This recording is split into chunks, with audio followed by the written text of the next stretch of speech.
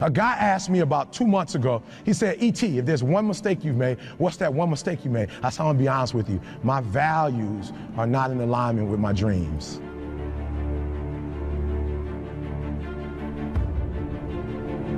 He said, E.T., what do you mean by that? I said, I want to tell you a story. I got a good friend of mine he came to me and said, Eric, my marriage is not where my marriage needs to be. I need to make some adjustments. I see you and your wife. I see how much time you spend with your wife, how much time you spend with your children, and I want that.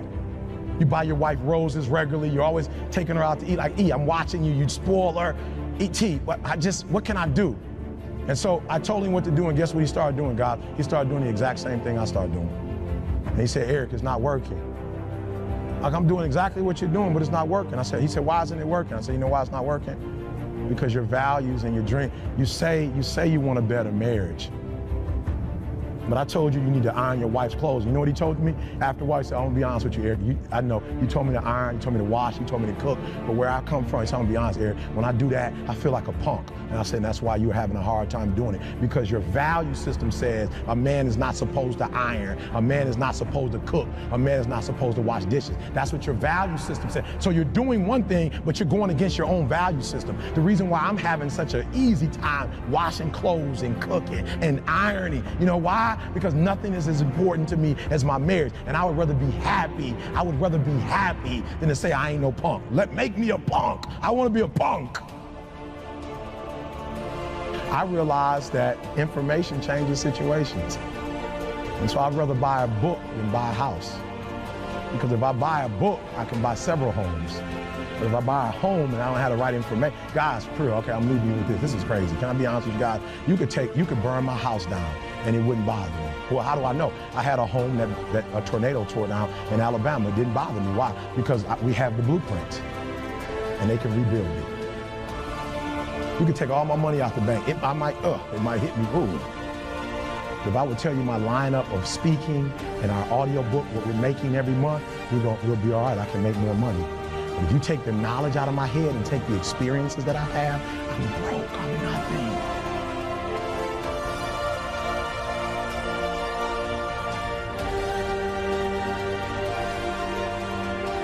There are those of you saying, I want to be a millionaire. I want to be the best at this company, right? But your value system says you believe in sleep more than you believe in grinding. Your value system says you are a consumer and not a producer. That you're spending more money than you're making. Why? Because you're a consumer, but you're reading all the books and you're saying everything the books are saying. But those books are not in alignment with your values. And if you're going to go to the next level, your values are going to have to change.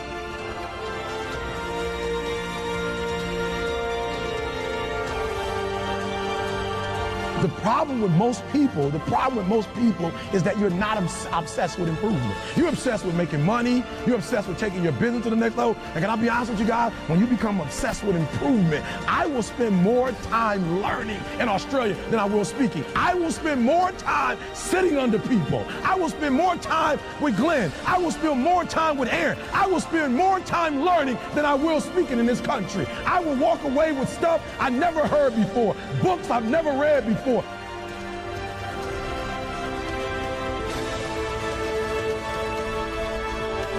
There are those of you with phones, and every new phone that comes out, you get it. Every upgrade, you get it. Every piece of software, you get it. You are upgrading your technology, and you've not upgraded yourself.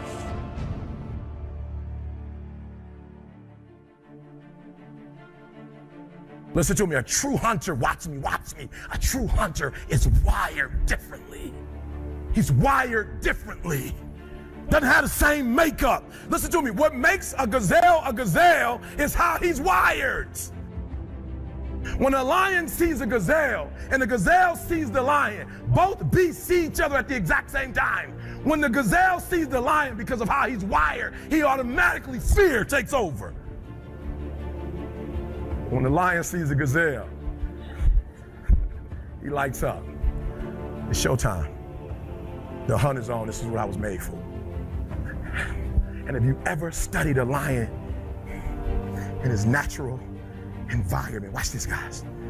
If an animal is wounded, the lion won't even do what? Won't attack. Right? For real, there's some of you, there are opportunities that you're like, it's too difficult, it's too hard, nobody can do it. You're not wired properly. A lion welcomes the challenge. As a matter of fact, they don't get excited unless it is a challenge. They're wired differently. The gazelle immediately, when the gazelle immediately sees a lion, the first thing it thinks about is, let's go. First thing the lion does is like, let's eat. So you gotta do me a huge favor. If you're gonna get to a certain level, you gotta welcome it. So everybody's like, E.T., man, you just so positive, everything in your life, man, you just got it going on. I'm a real lion. With a real lion, you'll never know. You'll never know what's going on in my life because I'm a lion. And under every single circumstance, I'm a lion. So I lost 5 aunts to cancer in the last 6 years. I lost 2 last year. Lion, still TGIM, still. No, actually, my aunt's death made me go and do TGIM like I never did it before. Most of you heard the mixtape. Not even a year ago, went to the doctor's office with my wife. Look, guys, you always know something's wrong when when it takes your physician like 45 minutes to 50 to come in, like doesn't take that long. Physician comes in, puts up the x-ray, shows my wife, points to the brain, said, we found 7 lesions on your brain. I'm a lion. My wife looked at the doctor looked at my wife looked at me. I'm like, I don't have 7 lesions on my brain. Why is my wife looking at me? Because she's like, you a lion. And you're gonna be able to tell me if I can get through this or not. So my wife looks at me. I'll be honest with you guys, when they first told her she had 7 lesions on the brain, she didn't break a sweat, but then they said you're gonna have to stop working until we find out what it is. And she said, how long? I said 3 months, 6 months. She said, I gotta stop working because she's a beast. So the disease didn't bother her, but the fact that you can't hunt anymore, that bothered her.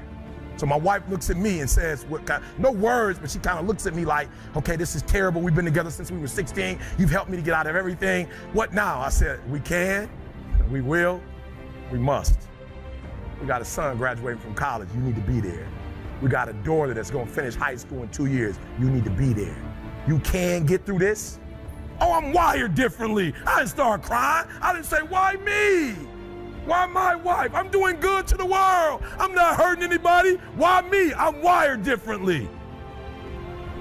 A t-shirt came from it. A video came from it that has over 1 million hits that inspired people called what? I can. I will. I must. Turn it into a t-shirt. We turn tragedy into triumph. That's what lions do. Lions don't cry. Lions don't give up. Lions don't quit. Lions hunt. That's what we do for a living. And if you are a true lion, it does not make a difference what the circumstances is. So what? We're in a recession. We made more money in a recession than we've ever made before. As a matter of fact, it was the recession that birthed us. Listen to me very closely. If you're going to walk 3 years, Glenn said it, 3 years, that dream that you have, that money that you want, if you're going to make it happen, you're going to have to be wired differently. I have standards. I have values.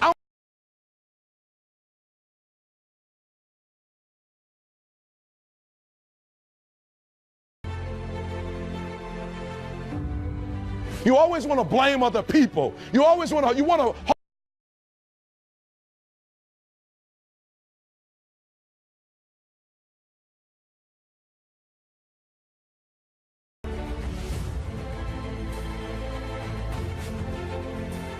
You need to look at yourself in the mirror and say, why are you only giving 50%? What's wrong with you?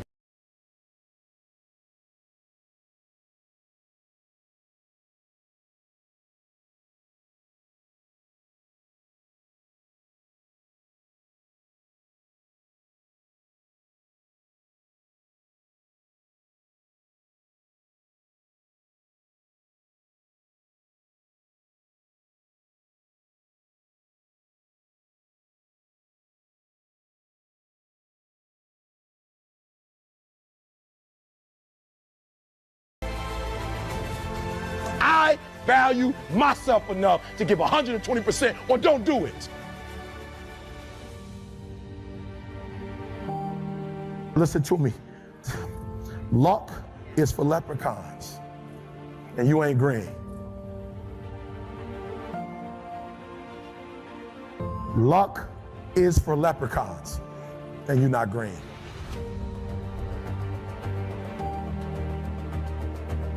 I'm gonna say it again.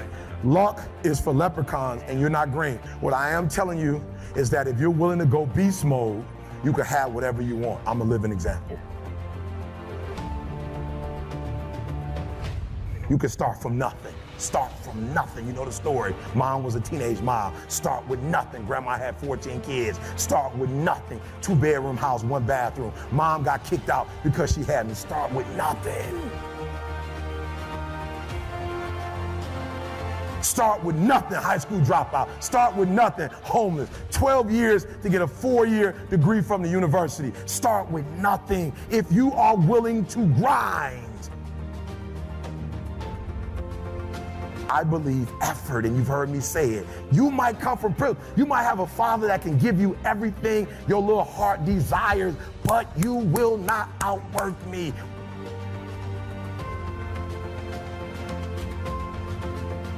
Listen to me, I told you. I want you to think about those goals. I want you to taste them.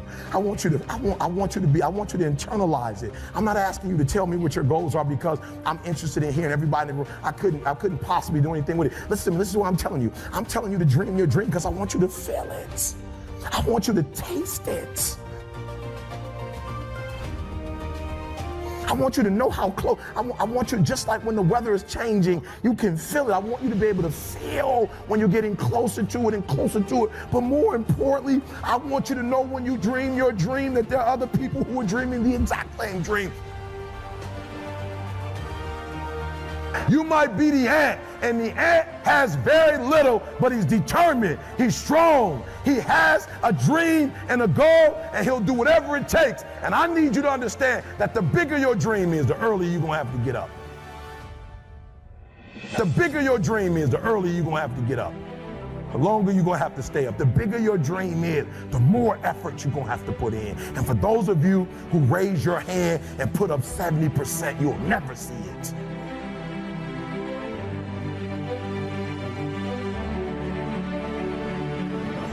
You'll never see it for those of you who are 70% beast mode, 30% gazelle.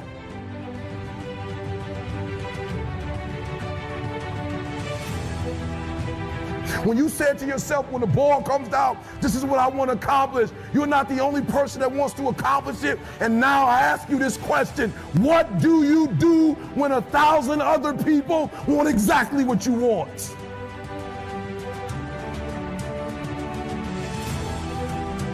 What do you do when you're not the only one that wants to make $1 million in your company? You're not the only one that wants to be the president. You're not the only one that wants to be the CEO. What if you're not the only one that wants what you want? What if there are thousands of other people who want what you want? You have to outwork them.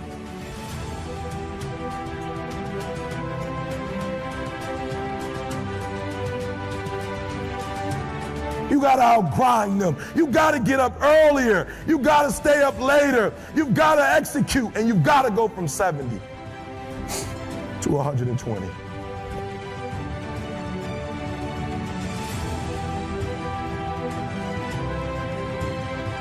No excuses, guys. I wish you could pay me $1,000 today, and I could tell you 70% is enough. I wish you could pay me $1,500. I wish you could pay me $1,500.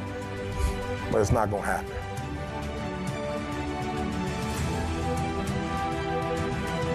You're thinking, I want you to get it out your system.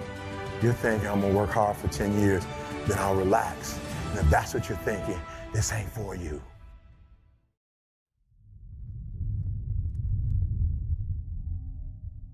I can do 18, 22 hours a day easily. Just keep banging on. To thrive in whatever you do, please understand your terrain. Know what your target is. Don't guess it. Be as clued up as the next man, because that's your petrol. That's your fuel to get you moving. If you don't know where you're going, what your targets are, you're never going to get there, period. I'm not afraid to fail. I'm not afraid to fall over, make a mistake. That oftentimes cripples people on the onset of getting into anything. I'm not afraid of that feeling. It actually propels me and works quite the opposite. Work hard, sleep less. Just imagine myself collecting awards. Just imagine myself, you know what I mean, getting big parts. Imagine myself working with the greatest actors. My imagination was in my life. Yeah, man, I see myself driving that car one day. And I get that, you know what I mean? That's part of my inner magic, is that actually, if I can see myself doing it, I could probably do it. Just keep banging on. You know my history. I've been sort of on all sides of my journey. You know, I didn't have success very early, and I went through some very dark times. And you know what I mean? One thing I kept doing is, you know, inspiring myself, looking for inspiration and growing, and it hasn't stopped, and I want to keep doing that. And I also want to inspire others. You know, there are millions of me sitting at home right now, and they don't know it, and it's just good to be able to get this sort of platform to sort of say, come on, man, go for it. So, listen, man, no speed. Yes, I don't do things for money, and I've been broke most of my life. So, because of that, I can't sort of suddenly go, I need to do a job just to get some cash, you know what I mean? I know that's a lot of times it is people's motivations because people need to eat, but in my position, I've been poor most of my life, so now...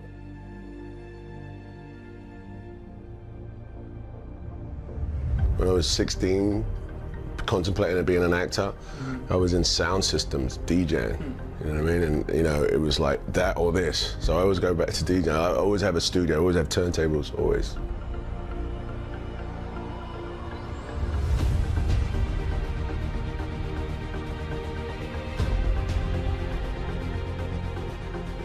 Been doing it a long time, you know what I mean? And there was a drive to be famous, to be, you know, that pinnacle, to be that guy. And it's not my ambition isn't that as much, you know what I mean? Good work, keep working. So it'll be hard for me to sort of like suddenly be like, you know, oh, I'm lifted up by this wonderful life that I have. I love it, but you know, my feet are on the ground. You know, it's work, it's a job.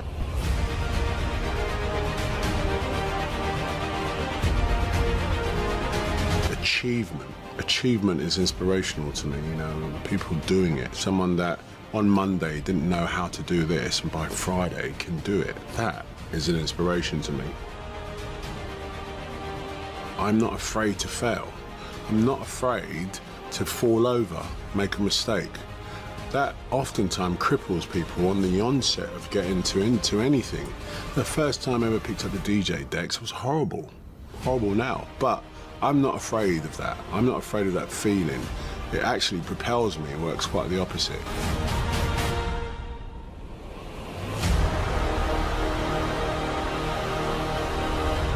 But I really loved to do it.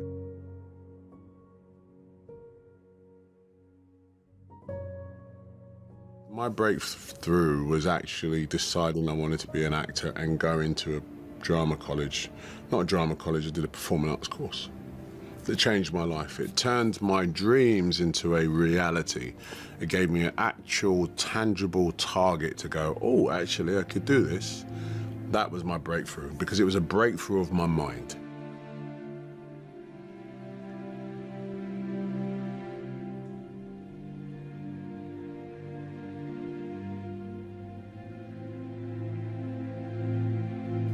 That was my biggest breakthrough. Of course, there have been numerous breakthroughs over my career and my life, which I'm all proud of, but none so much as that realization that I want to be an actor. To thrive in whatever you do, please understand your terrain. Know what your target is. Don't guess it. Be as clued up as the next man, because that's your petrol. That's your fuel to get you moving. If you don't know where you're going, what your targets are, you're never going to get there, period. Work hard, sleep less. Keep your head down. Like when I swim, I've got 25 laps, guaranteed if I look up and start counting those laps, I'm petered out by 15. If I put my head down and keep working away and work at technique, work at internal rhythm, work at I hit that length, I don't even know what length I'm on. Guarantee you I'll look up and it'll be 20 and 3 more to go. And that's a very simple device, but I think people find themselves incrementally checking how far they've got. And that, you know, when you compare it to anybody else or whatever, it's just it's a recipe for disaster. Just keep banging on. Achievement is inspirational to me, you know, people doing it. Someone that on Monday didn't know how to do this and by Friday can do it. That is an inspiration to me. I've always worked hard, you know what I mean? Like I said, I'm not afraid of failing either. You know what I'm saying? Like I've thought that so many times that this is it. I'm never going to work again, and it just kept going. I've just never stopped working, you know what I'm saying? I mean, even when, you know, I had 4 years of not actually booking jobs, I was out on the streets trying to get a job. Work hard, sleep less. People talk about aiming for the skies. Sometimes even aiming for the skies is intimidating. Just don't give yourself boundaries. I mean, lose the boundaries, lose the conformity, and just go for it.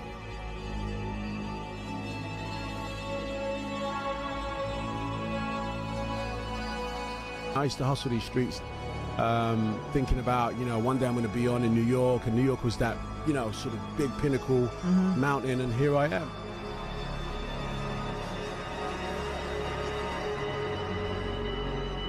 What will you begin? For me, a personal confrontation with death made me see the value of time and the fact that the only elixir is love. The time that you spend has got to be in preparing yourself and giving and receiving the most amount of love you can. You know, my mission is to improve lives. So I want to do things that put positivity and positive energy and love into the world. You know, I've always been really product oriented. You know, it's like, I want to win. When I do something, I want to win. I want it to be #1, and I want to smash it. I have a daughter now. I have a 15-year-old daughter, and she got me and shifted my focus from product to people. It took a couple of years, but as soon as I got knocked off of product and started shifting to people, the whole world opened up for me again, and acting opened up in a whole new way, to not go into day one of a movie trying to figure out what everybody has to do so we win, versus opening up and every person's a new, it's a whole new world. Generally, when I went into a product, when I went into a meeting with a director, my focus was, can this guy win? Can this girl win? A pathology that got broken for me a couple of years ago, and then releasing that and just wanting to connect with people and wanting to grow and wanting to get new ideas and have new experiences that don't have to have an outcome. It just opened up a whole new world for me, and I fell in love, and then I couldn't imagine what else I could do in acting that could add so much to my life other than acting. Difference between depression and joy, right? And I think it's purpose. When you wake up in the morning and your life means something to somebody other than you, that you have a purpose. If you don't go do the things that you're going to do, people's lives will suffer. To live in service, not to you, but to live in service to humanity, to live in service to your family, to live in service to your church, to your city, to your country, to the world. Living in service is that, I feel like that is the purest form of joy. Taking responsibility, accepting responsibility is not an admission of guilt. You're not admitting that you're at fault. Taking responsibility is a recognition of the power that you seize when you stop blaming people. It's not like you're letting somebody who wronged you off the hook. Like, taking responsibility is an act of emotional self-defense. Taking responsibility is taking your power back. I look at the world through a lens of comedy. My natural reaction is always, no matter when something happens, and I can't even help it, it's, why is that funny?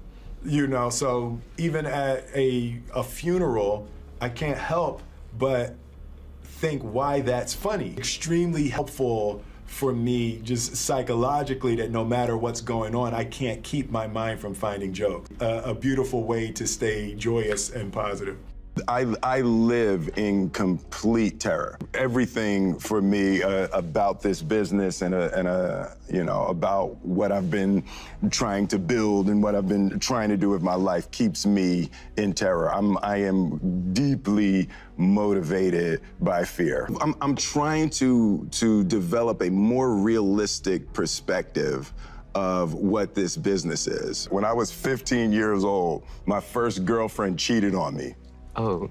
And I remember making a decision that nobody would ever cheat on me again. And the way I was going to do that is by being the biggest actor on earth. Huh. Right? So there's been this weird psychology that I've always felt like if my movies are number one, my life is going to work out great. I've always been the type of person who I thought of myself as resilient, you know, that I could always make my way back. Being stuck in the past it makes it extremely difficult to find your way out. And future thinking for me has always been the way to get over difficult times, to be able to look over the darkness to a potential time of light. Very rarely do I look backwards. I'm always looking forward. You know, to me, showbiz is not separated from the rules of the universe. Whether you're in show business or, you know, you're selling cars or you're farming, you know, you're not separate from the laws of the universe, and all of the rules are the same everywhere. For my children, the most important thing is that they be encouraged to fully and thoroughly be themselves, no matter what. When you have yourself and you're thorough and confident in who you are, you can survive anywhere. There's a certain delusional quality that all successful people have to have. You have to believe that something different than what has happened for the last 50 million years of history. You have to believe that something different can happen. Yeah, it's almost a kind of innocence. Absolutely. In other words, if you knew how difficult it was, right, you would have never gone down that path. Absolutely. You know, if somebody had said to Ali, no one can beat this guy. He's this much stronger, he's this much bigger, he's got that much bigger punch than you do, and he believed that, he would have said, never you got to have an take the innocence first that step. somehow. Absolutely. You know, I think that's a huge part of me, because, and I say to my friends all the time, and we laugh about it, I truly, honestly, as I sit here before you right now, as honestly as I can say it to you, I truly believe that I could be the president if I wanted to. And as bizarre as that may sound to people that have traveled the path before me and to people who actually know how difficult it is, foolish Will Smith honestly believes it sitting here. I feel very strongly that we are who we choose to be. I consider myself an alchemist. An alchemist is basically a mystical chemist. And one of the great feats that alchemists used to do is they would take lead, just take a chunk of lead, and they could turn lead into gold. Being able to turn lead into gold. You know, my grandmother used to say, you know, life give you a lemon, you go ahead and make lemonade. Absolutely. To me, that's alchemy. That's the same concept behind the alchemist. You don't set out to build a wall. You don't say, I'm going to build the biggest, baddest, greatest wall that's ever been built. You don't start there. You say, I'm going to lay this brick as perfectly as a brick can be laid. There will not be one brick on the face of the earth that's going to be laid better than this brick that I'm going to lay in this next 10 minutes. And you do that every single day. And soon you have a wall. And soon you have a wall. It's difficult to take the first step when you look how big the task is. The task is never huge to me. It's always one brick. I don't want to be an icon.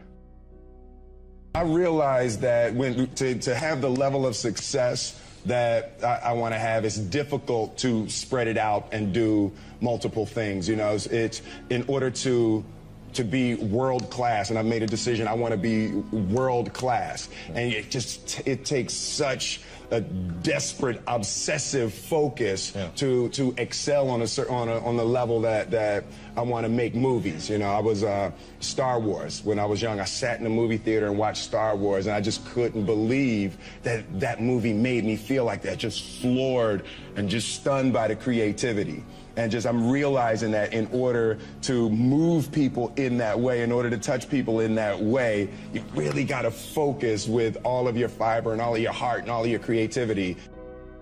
We didn't grow up with the sense that where we were was where we were going to be. You know, we grew up with the sense that where we were almost didn't matter because we were becoming something greater. As a child, my parents always told me you could be whatever you want to be. You could do whatever you want to do. It was something I heard my parents saying it, but I didn't totally believe it. Yet I went out in the world and I carried myself and I held my head high and I stood there and I looked people in their eyes and I talked to people as if I was deserving of everything that this planet has to offer. Confucius said one time, he who says he can and he who says he can't are both usually right. So I want to stand here before you, and as I hold this award, I want to give love to my wife, and I want you to keep in your heart, just know that you can. Know that you. The road to success is through commitment and through the strength to drive through that commitment when it gets hard. And it is going to get hard, and you're going to want to quit sometimes, but it'll be colored by who you are and more who you want to be. I definitely found that wanting to be an actor stems from wanting to be somebody. Separation of talent and skill is one of the greatest misunderstood concepts for people who are trying to excel, who have dreams, that want to do things. Talent you have naturally. Skill is only developed by hours and hours and hours of beating on your craft. For me, it has been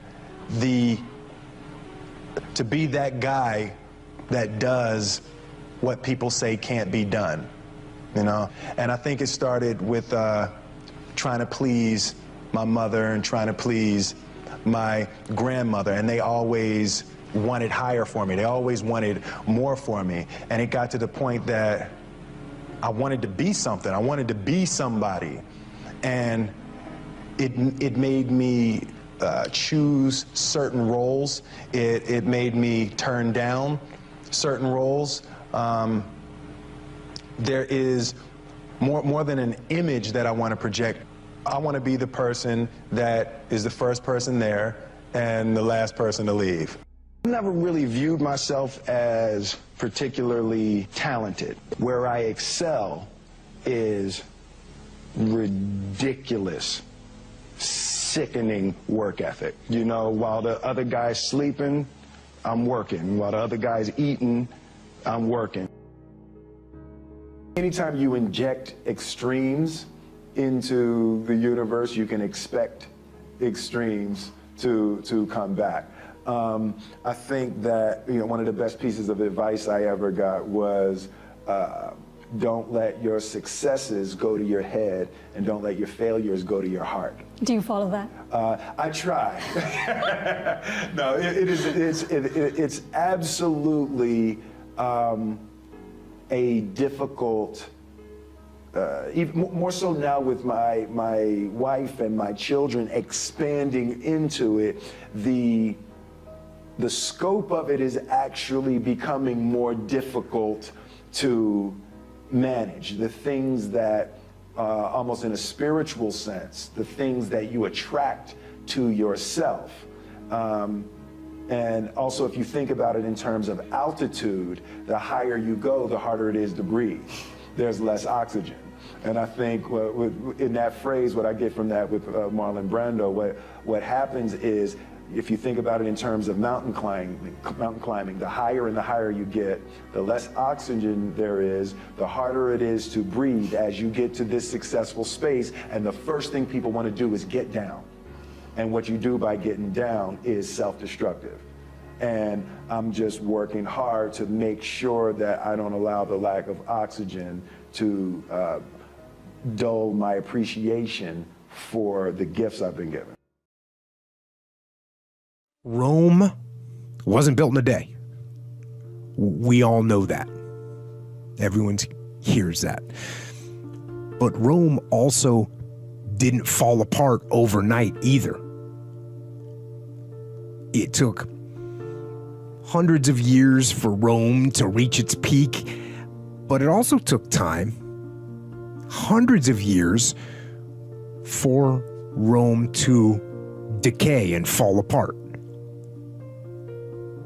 And that is representative of life, because you don't achieve worthwhile goals quickly or easily. They take time. They take struggle. They take relentless pursuit day in and day out. That's what it takes. But also, things don't usually fall apart quickly either. At least at first, it's a slow process. A little slip here, a little setback over there, a little wearing down of discipline and will over time. That's the thing. Success and failure are generally slow processes. Either slowly building things up or gradually tearing them down. And that's why I say you've got to pay attention. You have to watch. You have to watch every single second. Because those seconds, they turn into minutes. And minutes turn into hours, and hours turn into days, and days turn into years.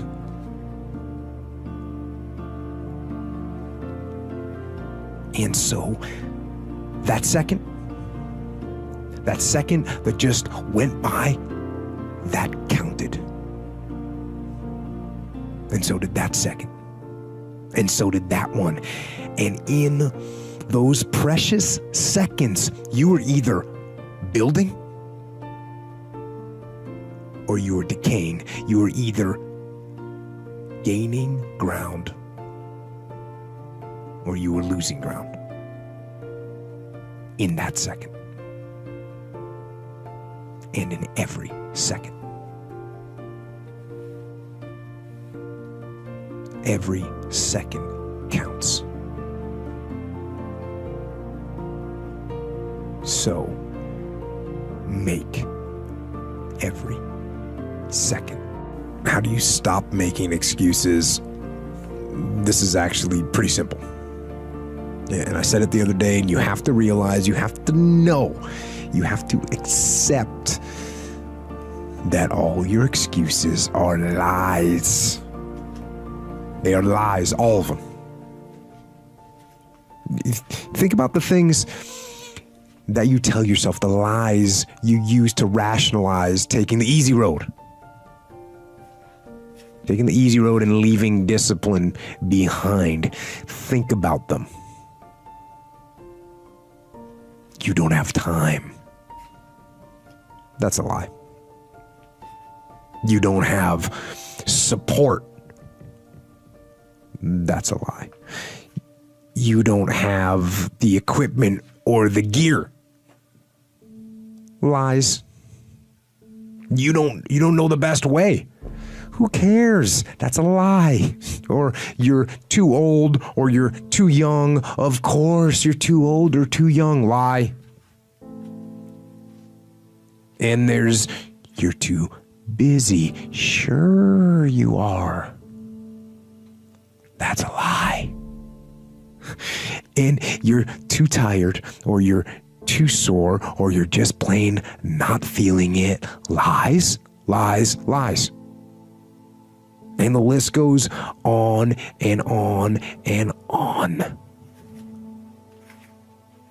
And it doesn't stop if you don't make it stop. So recognize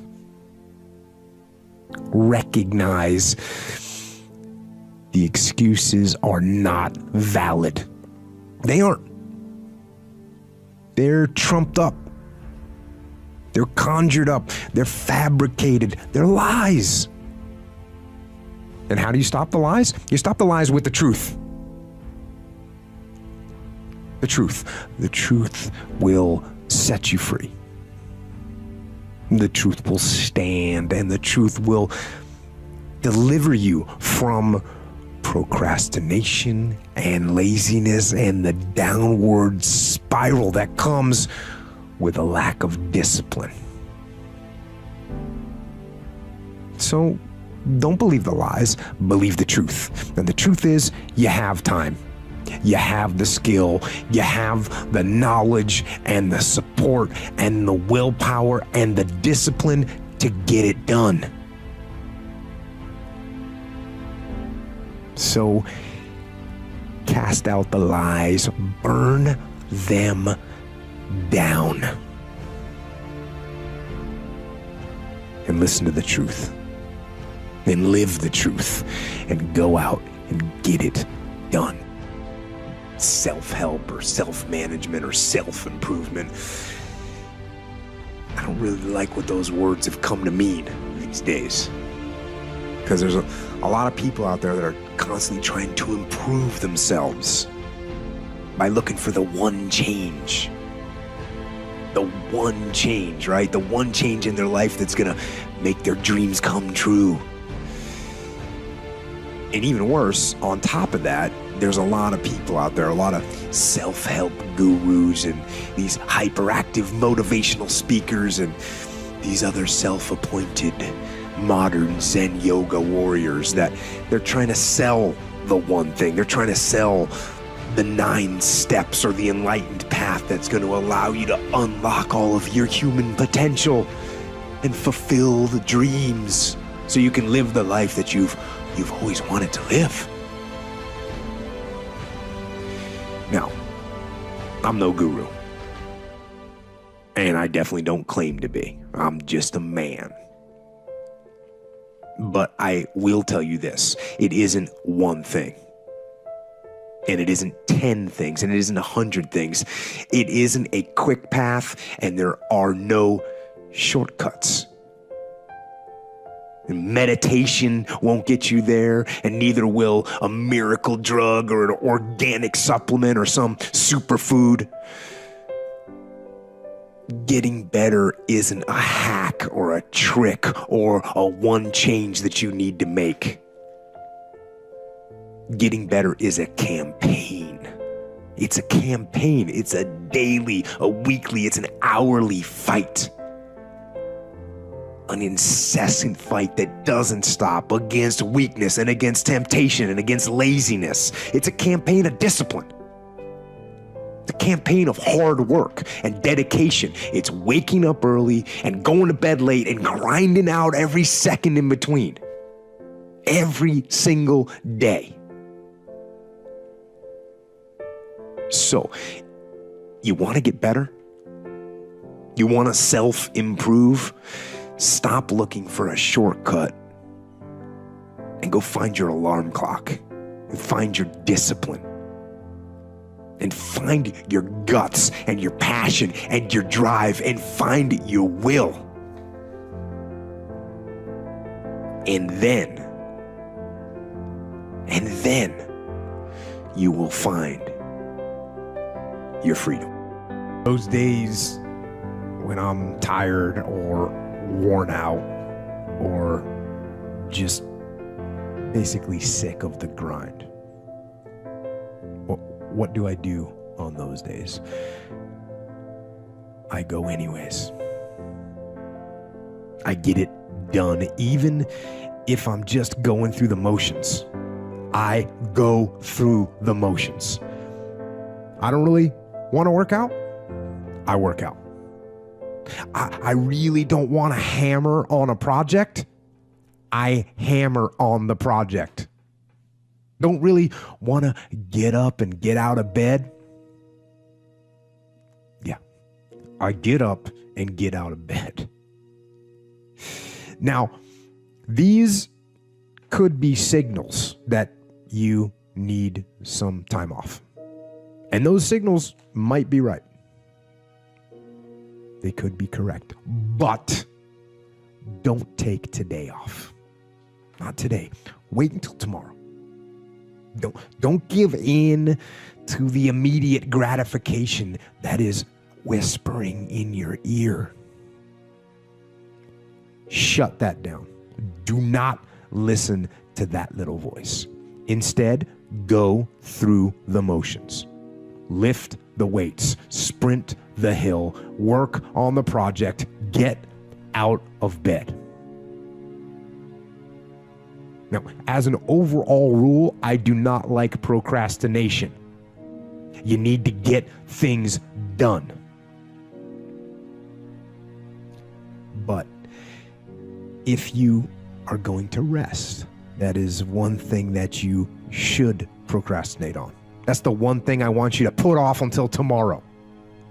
And if, when tomorrow comes, you still feel like you need to rest or you need to take a break, then okay. Take it. But the chances are you won't. You won't need that rest. Chances are you will realize that the desire to rest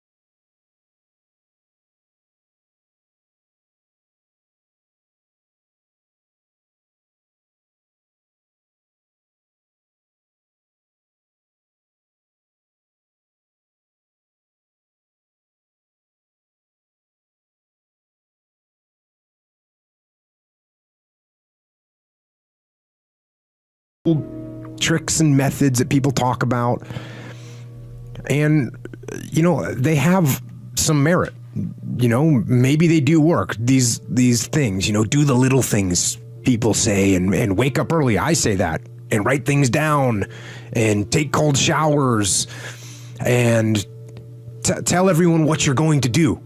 So broadcast it and make promises or make bets with your friends of something that you don't want to lose. And those things, those ideas, they're cool. I'm sure they're going to have some impact. And if they work for you, that's awesome. But the fact of the matter is that the reason discipline is hard to maintain is because it is hard to maintain. That's what makes discipline hard. It's hard. And if you hear me claim that discipline is easy for me, then straight up, that's just my ego talking. That's what that is. Because I'm, unfortunately, just as human as everyone else. And it is work to maintain the discipline. That's what it is, work. Holding the line. Maintaining the standard. Giving no slack, none. That's the discipline. That's the discipline, and it is hard. And if there's one thing I would say that does make it easier, it's to envision what it feels like when you're done. What it feels like after you've worked out, or you've held the line on your food intake, or you've pushed through some monotonous project that you have to do, and all those things. When they're done, they feel good. And contrary to that, envision what you will feel like later when you let the discipline slack. You know the feeling. Feeling weak and defeated, and you know that you're falling behind. So get to know those two different types of feelings and ask yourself which one you want to feel in 10 minutes or in a half an hour. When the thing is done, when the discipline has been implemented. Remember what that feels like, and then remember that those minutes and those hours, they turn into weeks and months and years, and holding the line in those critical minutes will put you in an infinitely better place, physically and mentally, if you maintain the discipline. When things go wrong, they always seem to happen at once, and they just compound on top of each other, and it's pretty easy sometimes to feel beaten when you're faced with all those issues and all those problems, and they all hit you at the same time. But let me tell you, that doesn't mean give up. In fact, it means the opposite. It means it's time for you to fight harder, to dig in. It means it's time for you to go on the warpath. When you're working on a dream, at some point in time, a transition takes place. And the transition is what you are becoming in pursuit of the dream. Because even if you don't get the dream, you become such a strong and powerful person. It will so change your life, you can look at something else and say, well, I think I'll go do this then. Because you've now developed yourself in such confidence and such competence in how to deal in the arena of life that you can move into another area and not miss a beat. Once you begin to discover who you are, then you really realize how you have been given authority and dominion over everything on the face of the earth, including all the dimensions of your life. But you can only do that through the struggle of life. And most people avoid the struggle. Most people go through life avoiding pain. And when you go through life like that, something in you dies. Something in you that you never activate is lying dormant in there, that you never get a chance to call on because you have not challenged yourself. Somebody said, the land of familiarity belongs to the dead. That most people like to feel like they're a king in the area of their comfort zone. They only want to do those things that they know how to do well. Osborne said, unless you attempt to do something beyond that which you've already mastered, you will never grow. So if you want to begin to grow, you've got to put something out here that you can't reach easily, that has got to make you stretch, got to make you jump for it, got to make you get back a little bit and dig in so that you can take a leap for it. And maybe you jump up there and you miss it and you skin your knees and you come back again and you bust your lip next time. But you keep on, and through that process, you learn how to leap higher. You start challenging yourself to dig deeper, and then you discover some things about you that you don't know right now. Some talents that you have in you that you didn't know that you can do. I started out just talking to kids, and now I'm speaking at corporations. Now I'm traveling. I didn't know I can do this, but had I not given myself a chance, and I'm saying to you, give yourself a chance. Here's something else. If you want to begin to make your stuff happen for you, I think that it's very important that you start trusting yourself. Listen to yourself. Listen to that still small voice within you. Don't try and make everything logical. There's some things about life that defies logic, that you just can't explain how the outcome is going to be. I think that's why Paul said you've got to learn how to walk by faith and not by sight. That once you begin to trust yourself and your ideas and your instincts, life takes on a whole new meaning, because now I want you to do that feeling that you are led. Just feel, I am led. I remember the worst speech I had ever given in my life. I let someone exploit a fear that I had. For years, I had a tremendous inferiority complex because I'm not college educated. And this person knew this. And she said, let me write this speech for you. You're going to speak at Ohio State University. Those those people are very educated there, and they're going to know when you make grammatical errors, and they're going to know because of the substance of your speech that you are not literate. I care about you, and I don't want you to embarrass yourself. So this person proceeded to write a speech for me. I had a speech in my mind, but this person was stronger than I was negatively than I was positive about my own thoughts. And I gave my power away. With my permission, I allowed this person to guide me to do something that I really didn't want to do. But I didn't feel enough inner strength and conviction about my skills as a speaker and the message that I had to bring to stick by my guns. And I got up there at the Ohio Union, and I read this straight speech and did not move and did not take my eyes off the page because I'm not accustomed to reading. And after I finished, some people gave me a standing ovation because I read it extremely well, and I was very tense and I was very nervous. But Boo was with me, and we've been together since second grade, and I didn't want to go on the side of the room where he was. I saw the look in his eyes. And another friend of mine by the name of Mike Williams, and I knew what they were going to say, and they had the look on their face like, what happened to you? And so I didn't go over there. I went over here where I could get some compliments. And these people were saying, you were very good. Oh, thank you very much. I wanted to be fortified before I got this whipping. So finally, we were going to the car, and we got in the car, and Boo was trying to be as tactful as he could. And then he just said, that was the worst speech you have ever given. I said, oh, Boo, I know. Why did you read the speech? What happened to your spontaneity? You've always been an extemporaneous speaker. Les, why did you do that? When she told me that they wouldn't accept what I said, Les, let them take you as you are. I gave my power away.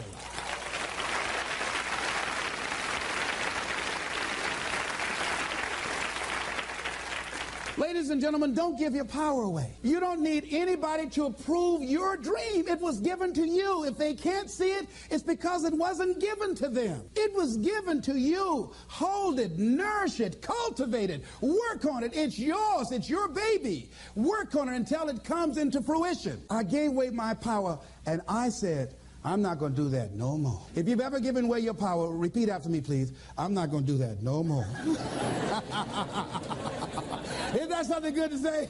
No. All right? Here's something else for those who make it today. Do what you know is right. Treat people like you want to be treated. Don't try and take any shortcuts. Don't try and cheat. Pay your dues up front. I believe, ladies and gentlemen, what goes around comes around. You can pay now, or you will pay double later. So do the right thing. There might be a tendency sometimes, because of the negative part of our consciousness and our own programming, for us to want to say, well, I'll just do it this time. It won't matter. Won't nobody know. Ladies and gentlemen, everything matters. And you know you're somebody. You know. I'd rather lose out on my dream doing the right thing than to cheat trying to make a shortcut to get to my goal. I want to be able to look myself in the mirror. And that's what you want to do. There's no saying, judge a man not by what he does, but by that he doesn't have to do. And to judge the true quality of a man is what do you do when nobody's looking. See, there's some good out there for you in the universe that has your name on it. And nobody